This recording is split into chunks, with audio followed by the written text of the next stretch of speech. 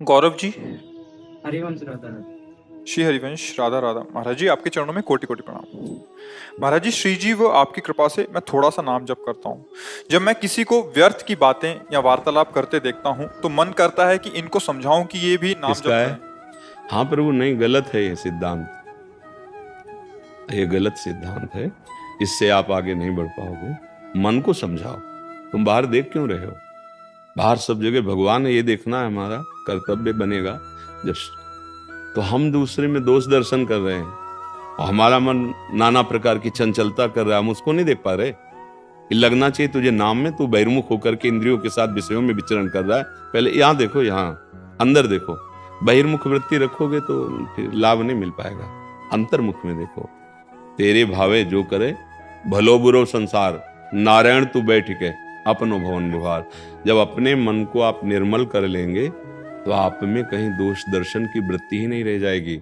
अपना ही प्रीतम सब रूपों में खेल रहा है, ऐसा दसों दिशाएं आनंदमयी हो जाएंगी।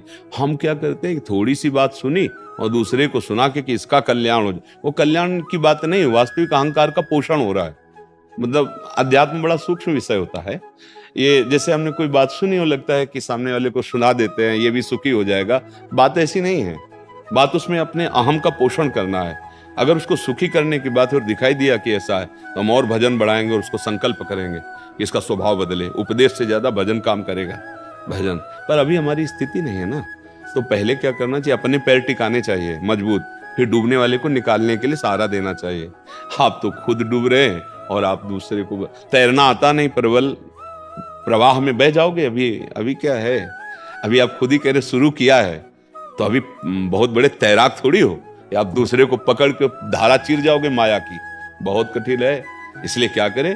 पहले हम मजबूत पैर, हमारी निष्ठा, हमारा भाव, हमारी जितेंद्रियता, हमारा मनोनिग्रह बिल्कुल हमारे हाथ में है।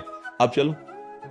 जब चलोगे तो कोई सुधारने लायक ही नहीं दिखाई देगा क्योंकि सब में अपना प्रीतम दिखाई देगा तो सुधारने लायक ही ले रह जाएगा। बात ये बनेगी बच्चा। तो इसलिए हमारी प्रार्थना है, मन की हर एक वृत्ति पर दृष्टि रखो और गुरुदेव उपदिष्ट नाम मंत्र आदि जो भी मिले उसको खूब जपो। और जहां तक हो सके आप बचो प्रपंच राग से, आप बचो गंदी बातों से, आप बचो गंदे आचरणों से। फिर क्या होगा? तो ये समाज का सुधार अपने आप हो जाएगा, अपने आप हो जाएगा।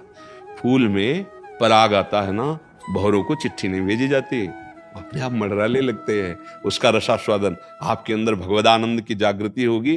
जिसकी तरफ देख लोगे, छू लोगे, बोल दोगे, सतरति सतरति सा लोकांतार्यति, उसमें इतनी सामर्थ्य आ जाती है, उसका संकल्प काम करता है। अगर आपके अंदर भजन नहीं है, आपके अंदर स्वयं वो आचरण नहीं जो उपदेश कर रहे हैं, एक भी प्रभाव किसी पे नहीं पड़ेगा, नहीं पड़ेगा। क्योंकि सब में सच्चिदानंद भगवान है। आप दंभ कर रहे हो, स्वयं में वो आचरण नहीं।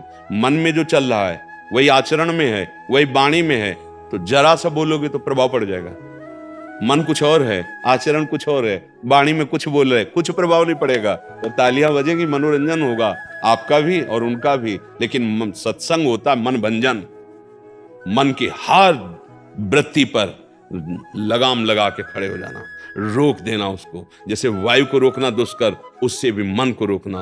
लेकिन महाबलशाली गुरु प्रदत्त नाम है, मंत्र है, उसके बल से मन को मोड़कर, जो मना खष्टानी इंदिराणी प्रकृति स्थानी कर सती, उनको मोड़कर सच्चिदानंद प्रभु की सन्मुख हो जाता है। कि भूला हुआ जन्म जन्मांतर का अपने सुख को प्राप्त करता है, कोई दूसरा नहीं। वही एक सच्चिदानंद भगवान घट घट में व्याप्त है।